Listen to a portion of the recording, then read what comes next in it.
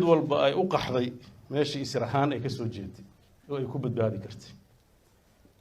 Puntland waxa uu soo qaxay dadkii isir ahaanta uga soo jeeday iyo dadkii jilicsanaa oo aan markaas deegaanadooda lagu nabadgelinayn maadaama Puntland dadkii deganaana u soo qaxeen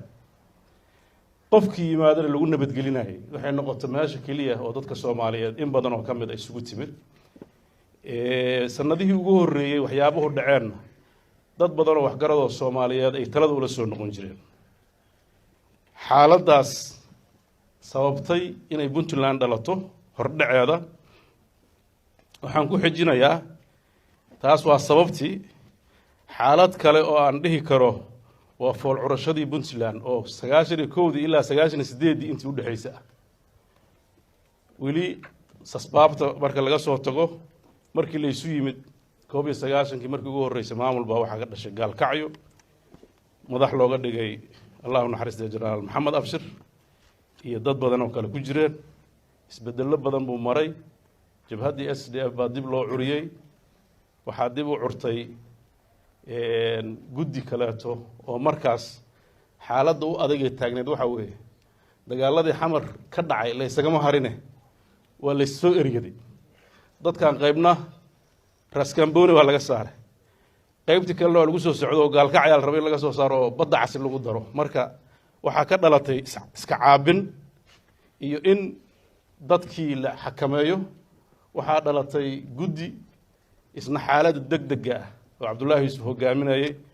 oo kawarka SSDF labadoodaba ay ahaayeen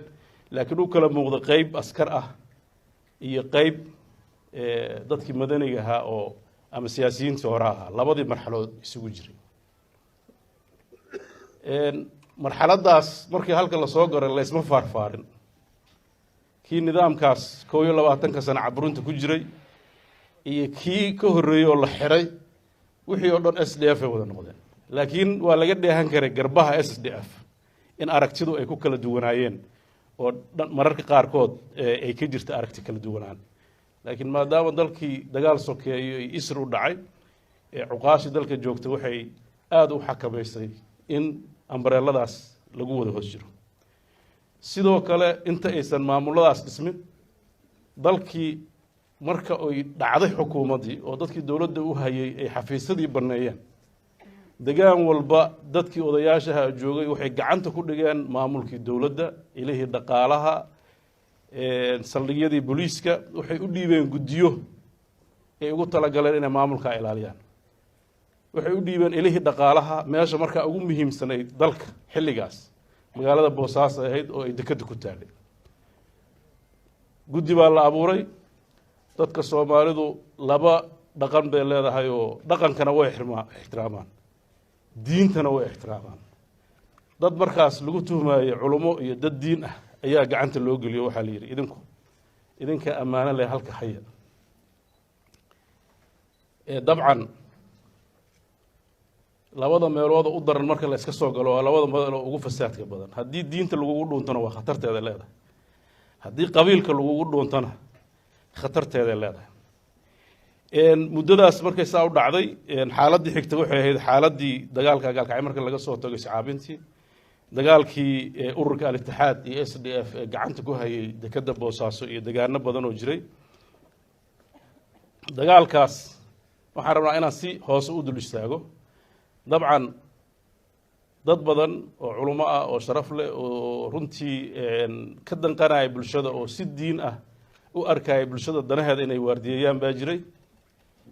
iyo ururkaas nasiib darro markii burburka dhacay sida SDF loo wada galay ayaa wadaadadiina waxa galay dad badan oo dana kale leh ciidamadii dawladda kacaanka ay burburtay badankoodii haddana ururadaas diiniga galeen garay la wada baxeen waxay ka wada noqdeen jabhadaas berigaas jirtay dadkii markaa jooga aad u garanayay waxaa taladii la wareegay askarti oo ay ugu helisay diinta xukun oo waliba ay u sii dheereyd in wixii dadka ka soo cararayeen qayb lagu tuhmaayo waxa ka mid ah Xasan Daahir Awas dadkii ururkaas ka mid noqdo Boosaaso taladeedii soo galay marka waxa dhacay iyadana aragti kala duwanaan dadkii ay ka biyo diideen 29 iyada oo dadka waxgaradka reer Puntland hadda xoogoodu ay ka tashanayaan aayaha maamulka iyo dalku siduu u ekaan doono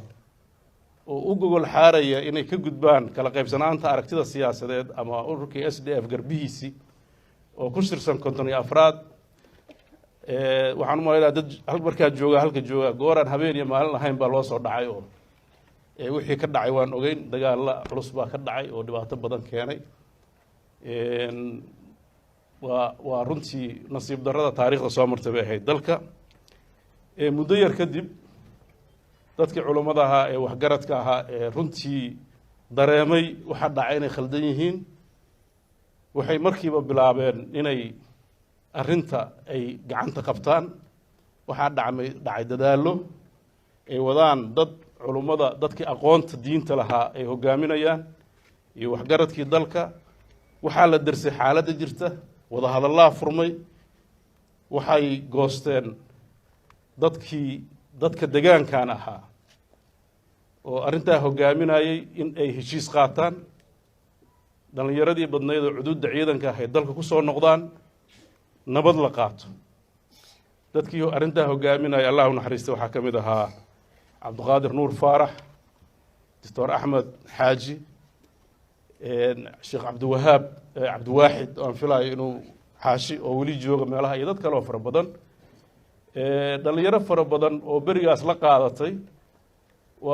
waxa ay runtii dib u soo noqdeen bulshada waa dadkii bilaabay ganacsiga dhaqaalaha aqoonta tiirarka maanta puntland ku taagan tahay ama siyaasiyiintiisa ama dowladda badankooda ku jiro dad badan oo marxaladaas soo maraa jirta marka waa marxalad taariikhiya oo u baahan in la xuso waxaan runtii arki doonaa marxalado badan oo taariikhi oo isku ekaan doona oo runtii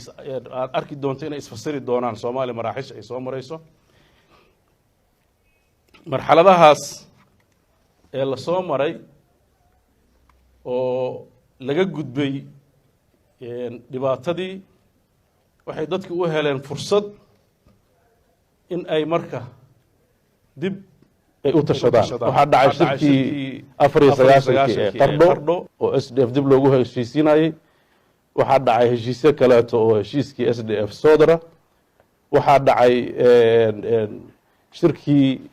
markaas shirarkii dib u heshiisiinta socday ee kii Addis Ababa ama midkii Qaahira waxaas la wado hadafku wuxuu ahaa in maamulka dadkuna ismaamulaan Soomaali weyn la raadiyo 97kii dadkii hoggaanka u ahaa dadka dhaqan iyo siyaasadba markay arkeen xaaladdu in meeshii la rabay ay taagnayd dalku uusan dhoweyn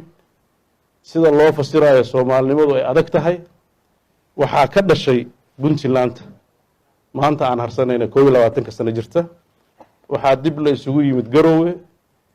shirar muddo socday kadib waxaa ka dhashay in Puntland lagu heshiiyo curashadii Puntland iyadana maraaxil baan u qaybinaynaa hadii lahayn marxaladda koowaad ugu horeysay curashada waxaa saldhig u ahaa taariikhdaas dheer aan soo marnay oo 19 iyo 98 kala duwanay iyo ugu dambeyn in la garawsaday in maamul la dhisto lagu soo koobay laba hadaf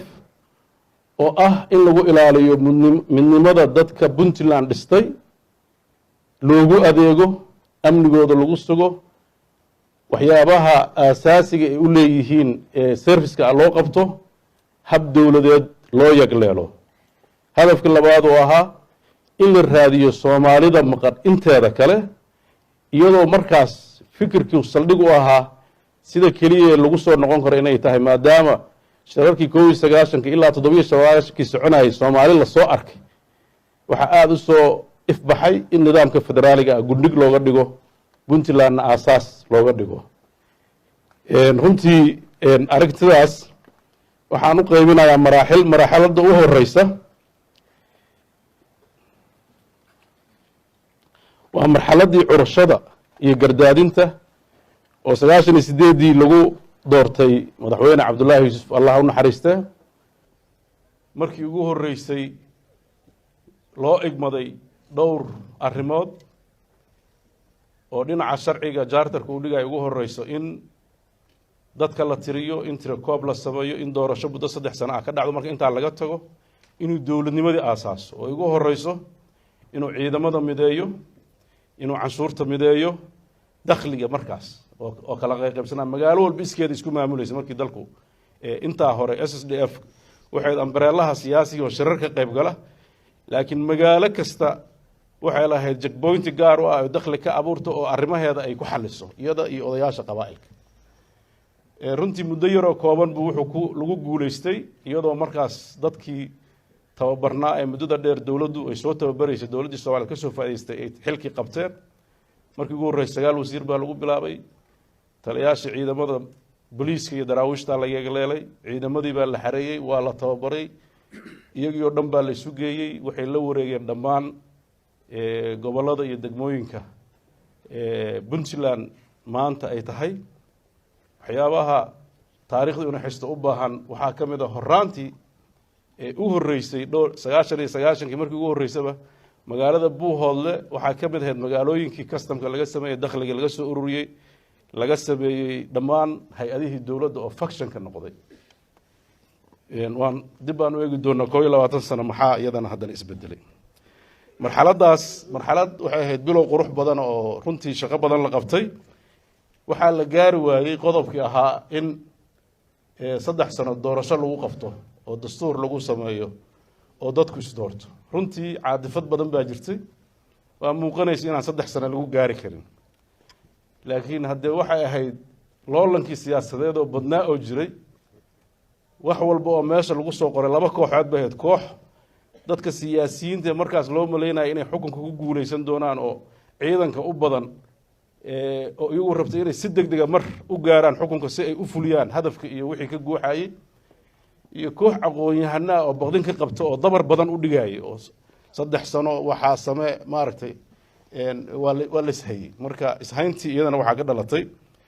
marxaladii labaad ee murkacashada dawladdii khilaaf ka yimid laba u kala jabtay dagaaladii isimadii kala jabeen koox xilkii ka qaaday madaxweyne Cabdullaahi Yuusuf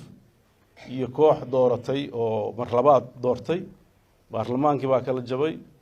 maamulkii baa kala jabay intii meelihii dakhliga oo markaa u muhiimsaneed Boosaaso iyo meelihii la mid ahaa isimadii waaweynaayo Cabdullaahi xilka qaado yir xilkaagii ma aadan gudanay gudoomiyaha maxkamadda ku wareejay ay raaceen in kale oo kale hatana waa ay diideen dagaalkii Boosaaso ka dhacay koobnaa baa dhacay kadib maamul kale ayaa halka lagu yagleelay oo odayaashii intii hartay waxay ku doorteen jaamac inuu madaxweyne yahay madaxweyne Cabdullaahi Yuusuf iyo golihiisa wasiirada qayb ka mid ah baarlamaankiisa waxay degeen mudug oo ay saldhig ka dhigteen iyaguna waxay markaas noqdeen dawladdii sharciga ahayd bay isku tilmaameen labadaas khilaaf baa ka dhashay kadib muddo yar kadib madaxweyne Cabdullaahi Yuusuf mar labaad ayuu xuduud military haddana dalka ku qabsaday marka uu qabsaday kuma ekaan kaliya xuduuddii military wuxuu furay wada hadal iyo dhexdhexaadin ugu dambeyntii sababtay marxaladii saddexaad oo loo oran karo marxaladii oo laga soo doogay khilaafkii dhacay heshiis lagu guuleystay in mar labaad Puntland cagaha loo istaajiyo waa labadii marxaladood oo madaxweyne Cabdullaahi Yuusuf iyo madaxweyne Maxamed Cabdi Xaashi ay isaga dambeeyeen waxaa dadka reer Puntland ay runtii daba qabteen mar labaad xaaladii adkayd oo ay dhici kartay in ay maaragtay iyaguna wixii Soomaalida kale ku dhacay inay ku dhacdo waxaan aad uga mahadcelinayaa intii ka qayb qaadatay in marxaladda laga gudbo marxaladdaas waxaa xigtay intii lagu guda jiray marxaladdii dhismaha dawladda federaalka oo Imbagathi oo runtii dawladdii Puntland iyadoo heshiisay iyadoo isku duuban ay mar labaad ay u hanqal taagtay hadafkeedii labaad ee ahaa inay dawlad Soomaaliyeed dhisto inay xaqiijiso waxaa lagu guuleystay dawladdii federaalka ah inay dhisanto iyadoo dawladda Puntland awood waxay leedahay dul dhigtay inay dalka dowlad ka dhalato dhaqaalihii iyo cududii ciidan iyo cududii dhaqaale lahaaba loo jiheeyey in dowlad Soomaaliyeed ay ku dhisanto marxaladaas iyadoo meel fiican marayso laakiin iska caabin iyo diidmo fara badan ay jirto ayaa waxaa dhashay mawjadii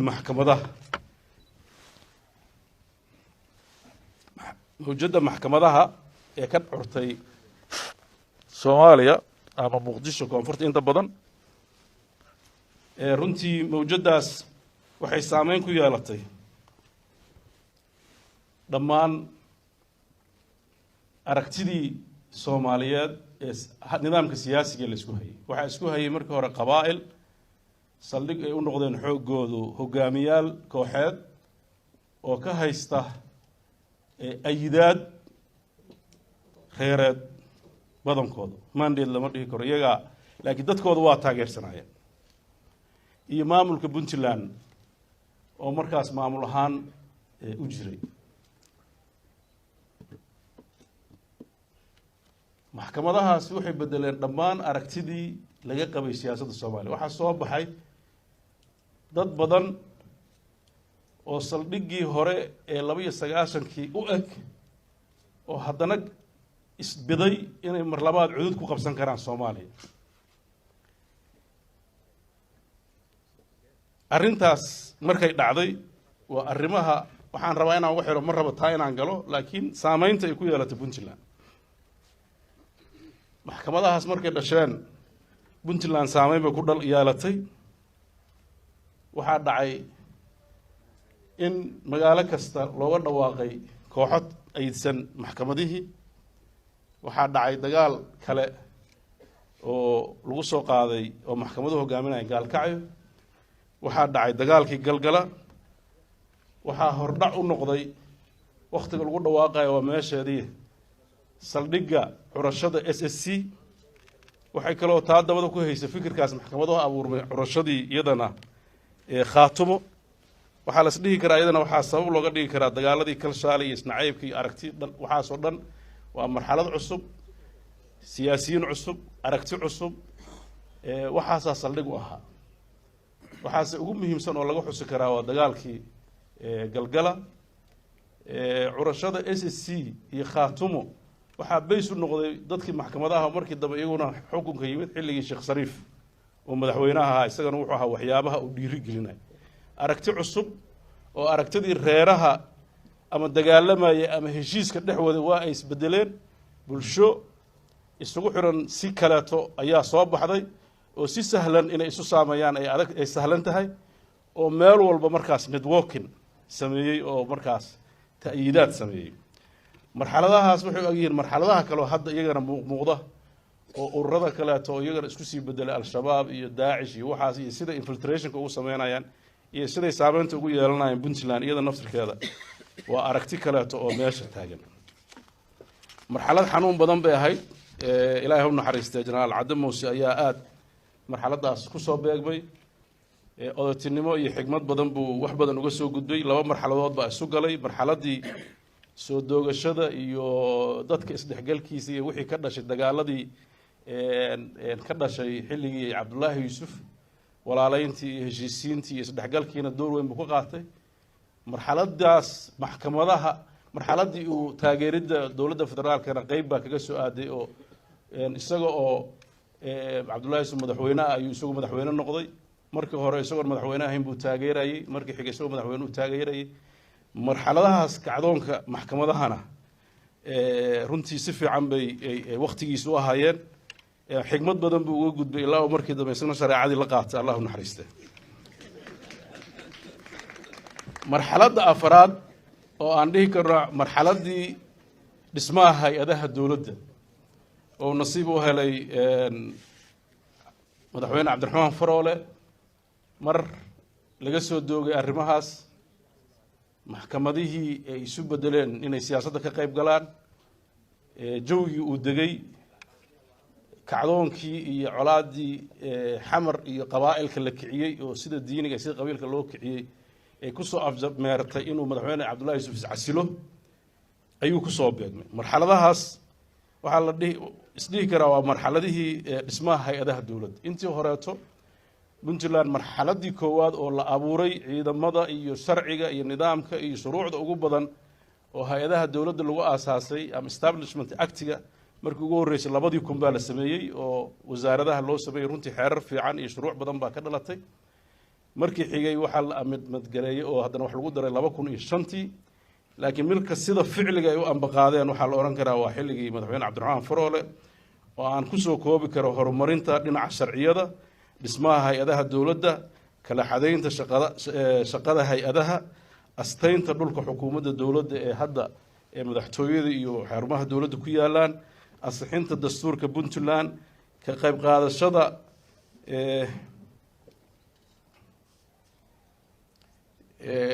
iyagoo ka qayb qaatay nidaamkii dowladda federaalka ay uga baxaysadaysay kulmeel gaarnimada ee garowe 1 iyo 2 iyo gaalkacyo iyo ugu dambeyn ansixinta dastuurka kulmeel gaarka ee maanta ay dowladda federaal ku shaqayso intaasba waxay ahayd marxalad lasdhihi karo puntland waa marxaladii ay u ekaatay dowladnimada oo duruufahaas adag ee maraaxishii hore soo haystay ayna haysan ay heshay fursad ay caalamka kula xiriirto hay-adihii ay dhismaan dowladnimadii ay shaqayso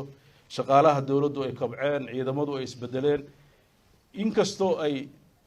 haraadigii marxaladii hore oo ugu darneyd al-shabaab iyo pirateska oo iyagana daahira cusub ahaa ay marxaladiisii ahaayeen laakiin haddana dowladnimada maanta aan ku naaloonayna waxaa la isdhihi karaa bayskaas xilligaas ayuu si fiican institutionadu ay u dhismeen marxaladda shanaad waa marxaladii dr cabdiweli maxamed cali gaas oo iyadana aan isdhihi karo waa marxaladii la fuliyey kaabayaasha dhaqaalaha dhismahooda oo ay ugu horeyso dhismaha garoonka boosaaso iyo garowe maraaxishu waa iska baayeen afkaar kama hadlaayo waxaan ka hadlayaa waxyaabihii dhacdhacay dabcan garoonka boosaaso iyo garowe labadaba fikir ahaan iyo shaqo ahaan wuu ka horreeyey cabdiweli laakiin marxaladda sida ficilka u fuleen kaabayaasha dhaqaalaha marxaladaas ayay ahayd runtii labadaas marxaladood oo muhiimadda leh waxaa kaloo iyadana marxaladiisa xoog lahayd ka qaybgalka dhismaha nidaamka dowladda ee federaaliga ah oo u horreysay in hay-adihii dowladda ee federaalka iyo hay-adihii dowladda ee stateka isla falgalaan oo shirar badan qabsoomaan oo nidaamka new dealka iyo aada u shaqeeyo inkastoo caqabad u weyn oo laga dhaxlay ee ahayd xilliga madaxweyne cabdiraxmaan faroole waxaa jira nidaam iyo ka horba ilaa iyo burburkii 90 puntland waxay ku doodi jirtay nidaamka la yidhahda bottom up approachka in qolo walba is dhisto dadkiiyo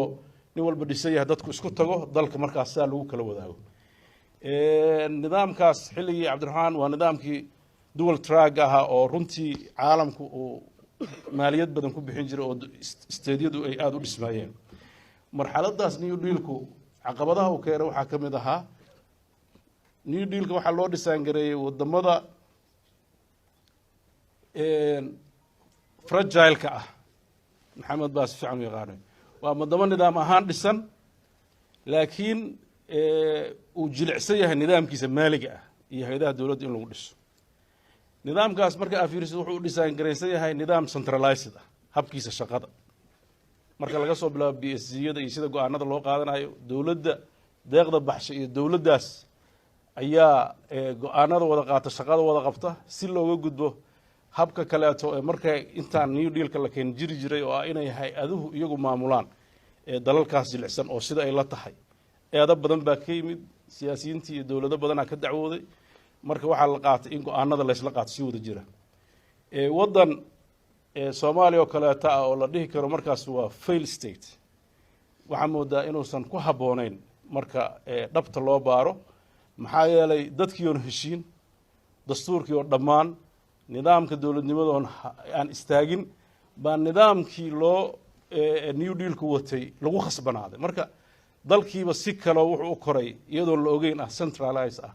oo inay markaas ay maaragtay meel laga wada hogaamiyo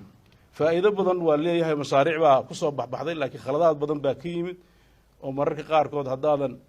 siyaasadda markaas jooga ama qofka markaas jooga si isu fahamtaan oo wixii oo dhan siduu raba ka yeeli karo iyadana dhibkeeda ay yeelatay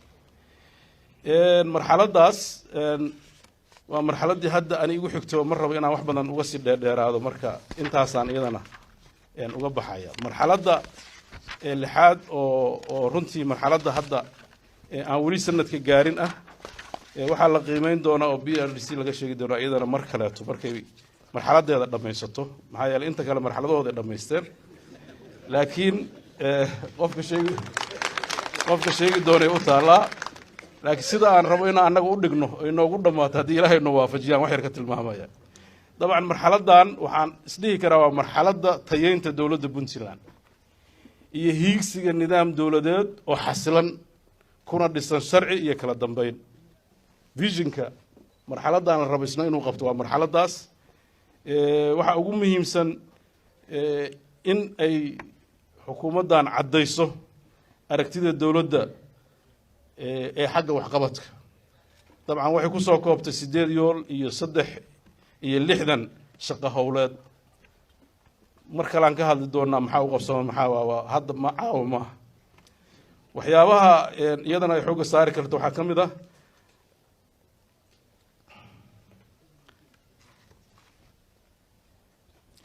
astaynta saldhigga tayeynta maxay tahay maxaan tayeynaynaa see u tayeynaynaa dhinacyadee tayeynaynaa oo arrimo muhiim ah oo iyadana in la fiiriyo waxaan rabnaa inaan tayeyno dhinaca amniga oo ugu horeyso inaan hay-adaha amniga dib u habeyn ku sameyno dhinaca tababarka dhinaca istaraatiijiyada dhinaca agabka iyo dhinaca howlgalka intaba waxaan rabnaa inaan tayeyno dhinaca dhaqaalaha oo aan rabno inaan hagaajino nidaamka maaliyadda ee dalka dakhliga iyo kharashka inaan samayno ilo dhaqaale oo cusub in aan abuurno habka kobaca dhaqaalaha traditionkii dadkan ay yaqaaneen oo ku sanaysnaa donoriska inaan ku darno nidaamka investmentiga iyo in dadka gaarka u leeyihiin inay mashaariicda waaweyn ee dalka ay qayb ka qaataan oo matalan dhinaca kaabayaasha dhaqaalaha dekedaha airboorada waxyaabaha la mid ah iyo waxyaabaha aan kari karin inay iga galaan dhinaca shuruucda oo runtii aan hadda gacanta lagu hayo oo khubaro gaashaan iyo maxamed xasan barre ay ka mid yihiin oo ah in mar labaad lagu noqdo shuruucdii ku saabsanayd hay-adaha dowladda iyo sida ay u wada shaqaynayaan iyo shaqooyinkooda oo mararka qaarkood isdhexgalay sidii loo kala saari lahaa oo dib iyadana loo habeynayo iyo dhinaca shaqaalaha ugu dambeyn oo iyadana shaqo badan ka qabsoontay oo biometric laga dhigay oo la tiro koobay oo musawir iyo fara laga qaaday oo akowno loo shubay oo la rabo marxaladan hadda tiro koob saxa daqiiq ah baa la hayaa meeqaa shaqaalaha dowladda waxaa ku xigi doona shaqaalaha dowladda sida effective yihiin sida shaqada usoo xaadiraan sida hawsha u gutaan waa waxyaabaha dhiman intaas waa maraaxisha Puntland aan ku soo koobayo siday og tahay waxaan rabaa inaan wax yar ka iftiimiyo iyadana marxaladda qaybta dambe oo mawduuca oo doorashada 2020 siday u og tahay iyo waxyaabaha ka qabsoomi doona dabcan dalku doorashooyin ayuu soo galay oo hore wuxuu soo galay doorashadii 64 wuxuu soo galay doorashadii 67 intaa doorashooyin baa soo galay madax baa isbedeshay dowladnimo dhistay dadku waa isdoortay nidaam doorasho oo dadka yaqaanay oo soo gaaray ay yar yihiin aan u maleynayo madaxweyne Faroole iyo in la mid oo yar baa joogtay anigu qaarna ma dhalan xilligaas la isdooranay qaarna markaas aan dhashay marku dhow marka laakiin taariikhdu uma baahna inaad joogto kaliya waxay u baahan tahay inaad daraasiisid runtii doorashooyin khaladaadkay rabaan ahaadaan waxa aan cad oo ay dhacday in qofku uu ka soo galo degaan aan degaanka uu u dhashay sida hadda loo dhigay aan ahayn oo dadkii deganaa ay doorteen ay u arkeen inuu wax u qabanayo oo aan qabiil ku dhisnayn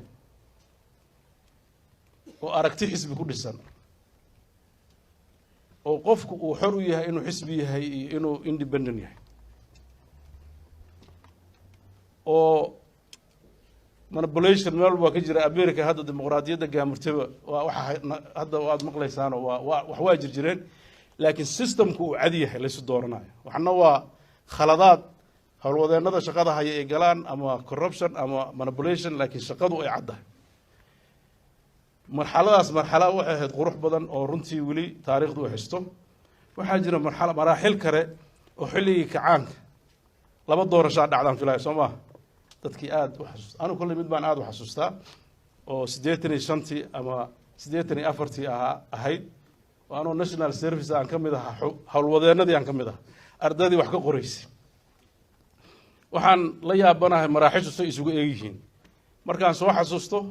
golihii shacbiga la dooranayay oo 173 wuxuu ahaa close list wuxuu ahaa single constituency wuxuu ahaa proportional representation xudura aniga aan joogay liiska waa qoran yahay qofku magacyada iska qorayn qofkiiba 3 aan ka sameeyay adigu waa buuxineen galabtii waxaan soo celinay bahalada saduuqyada oo buuxda dadkaas complete saas 99 iyo waxaas saasa lagu guuleystay horta doorashadaas kacaanka waxaan u maleynaa dadka inay ilaaween ya xildhibaanada ku jirta maxaa xasan barra xildhibaanada ka barra close listiga haddana wuu rabaa u maleynaa diyo kale marka maraaxil isku eg ayaa aniga runtii intii hadda aan ka fekeray arkay marxaladaasna marxalad ahayd marxaladihii kaleeto waa marxaladahan 4.5 ka oo lama dhihi karo doorashooyin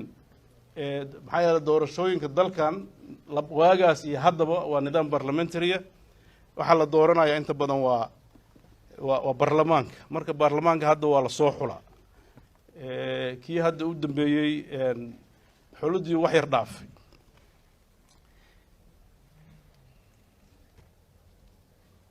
midda maanta maxay salka ku haysaa midda maanta laba aragtiyood ayaa xoog u socda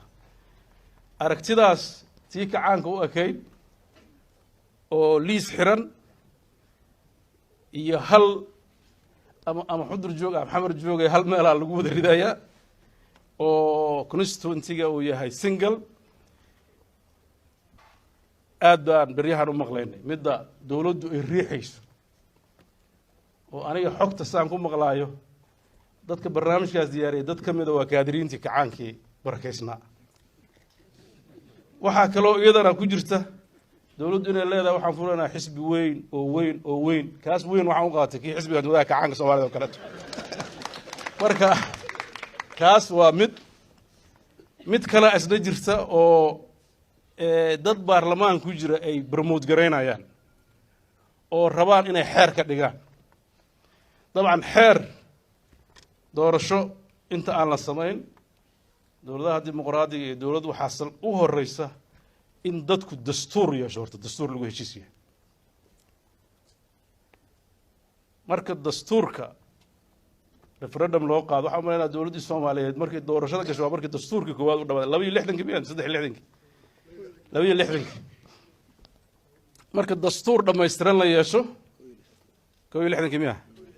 61 intaas waa intii aan dhalno waa idinkaa igu daraay dastuur in la yeesho in nidaam doorasho oo dastuurkaas ku salaysan la helo in nidaam xisbiyeed oo isagana qeexan la helo marka intaa la helo waxaa imaanaya doorasho aan la isku khilaafsanayn siday tahay oo aasaas dastuuriya leh marka baarlamaanka hadda waxaan maqlayaa sabtida soo socotay waxbaa loo cadeynayaa laakiin waxaan la yaabay sidee xeer loogu codayn karaa aan habraaca nidaamka sharciga aan marin iyadoon dastuurkii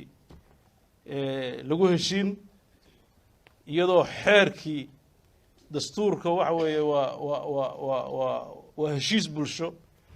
oo dadka matalaada bulshada ule ay ka heshiiyaan oo markaas haddana mararka qaad haddana dadkii lagu ceeliyo ay cod afti u qaadaan waxaa iiga soo baxday markaan fiirfiiriye barnaamijkan hadda socdo isagana in la rabo 4.5 in xeer laga dhigo oo haddaan 30 sano heshiis la-aan aan dhabarka ku sidan inta dadku kala maqan yahay wixii xeeroo la sameeyo mar walba wuxuu kugu noqonayaa culays ku saaran waxaad ogtihiin ilaa hadda waxaa culays naga haystaan xeerarkii la sameeyey 62kii 63kii ee xaaladii jirtay lagu sameeyey ee dalka oo centralized la sameeyey ayaa weli in badan xeerarkeena maaliyadda xeerarkeen jinsi xeerarkaas asaliga waa maxaa yeelay xeerka ilaa xeer bedela la helo xeerka asma bedela waxaan idin sheegayaa xeerkan haddii xeer ahaan loo ansixiyo oo la qaato goorta la bedeli doono nin garan kara male kaas hadduu 30 sano ama 60 sano qaato kan meequu qaadan doonaa iyadoo hadda dadkii hore uu ka duwan yahay marka waxaan u baahannahay iyadana doorashooyinka 2020ka Puntland waxay mar walba ay soo dhaweynaysay inkastoo runtii iyada naftirkeeda eedaas ay qayb ka tahay in nidaamka dastuurka la soo afjaro dalkana nidaam dimuqraadi ah oo lagu wada kalsoon yahay la geliyo saldhigiisu yahay federaal ani ma dhahay midnimadu waa muqaddas iyo waayada kelmadda muqaddas ilaahay waa kelmad diiniyo malakul quduus yani wax aan muqaddas ama jiraan wax kasta oo siyaasadeed waa wax heshiis ah oo u baahan in laga heshiiyo laakiin waxaan u baahannahay inaan ilaalino midnimada iyo federaalka waxa kale oo u baahannahay wax xeer aan laga wada heshiisin inuu dalkan xeer u noqon waxaan aad uga xumahay in hadda xeerar badan oo boobsiisa ay socdaan waxaan runtii u baahan tahay dadka reer Puntland inay hadda wixii ka dambeeyo mustaqbalkooda si dhab ah matalaad iyo cod dheer uga qayb galaan oo aan lagu sii dayn xaaladuhu markay abuurmaan Puntland waxaa ka soo baxa dad dana gaara leh ururo samaysta maamulaan dhisayna dhaha kooxo askar ah meel ku ururiya waxaas oo dhan waa fenomeno Puntland hore u soo martay kuwii sameeyeen ay tageen Puntland ay wali jirto waxaan u sheegaynaa Puntland waa jiraysaa hadii ilaahay idmo wax kasta oo ka hor imaanaya shuruucda dalka iyo sida dadku wuxuu ku heshiiyana ma noqon doonto waxay Puntland aqbasho sidii horeba ay mar walba positionkeedu wacda dabcan anu hadda ka hor dhicmaayo positionka Puntland gacanta lagu hayaa laakiin waxaan diyaar u nahay wada hadal dhab ah oo muuqda oo fagaarahan oo kale ah xataa dadku inay heshiiyaan aan diyaar u nahay dadku waxaan rabnaa dawlad xasiloon inay yeeshaan dadku waxaan diyaar u nahay Puntland magaceeda anoo ku hadlaya horumar iyo inay ka baxdo isjiijiidka waxyaabaha dalka Soomaaliya phenomenon cusub ku ah waxa weeye dalkii iyo degaankii iyo dadkii ballaarnaa wax la weydiin maaye qof iyo labo oo hadda aadan mararka qaarkood xataa saldhig degaan aan lahayn ilaa waxaan ka hadlayno waa dimuqraadiyad iyo doorasho annagu qof ahaantiisa ka hadlayno laakiin doorasho dimuqraadiyad haddii la yiraahdo maxaa la oran jiray waa majority rule minority rights marka dalka dadka xukunkiisa xaq u leh waa inuu ballot box ku yimaado tiro iyo wuxuu ku imaanayaa ee degaano iyo wixii lagu heshiiyay qof aan intaasna saldhig ku lahayn ma hor istaagi karo masiirka ummadda arrintaas marka waxaa la rabaa dadka reer Puntland dadka Soomaaliyeedba inay si fiican u fiiriyaan oo marxaladihii horeeto marxalad ka duwan oo Soomaali gasho oo aan oran karo marxaladda dhab u hadalka inta aan la heshiin horta in dhab loo wada hadlo gudiyada la magacaabayo hadda la leeyahay dib u heshiisiin ay sameynayaan oo maalin dhaweyd xildhibaan cali uu sida cad uu uga sheegay baarlamaanka laakiin waxaan ka xumahay meesha lagu cudur daaraa ninkii ma cudur daaran niman kala hadlaaya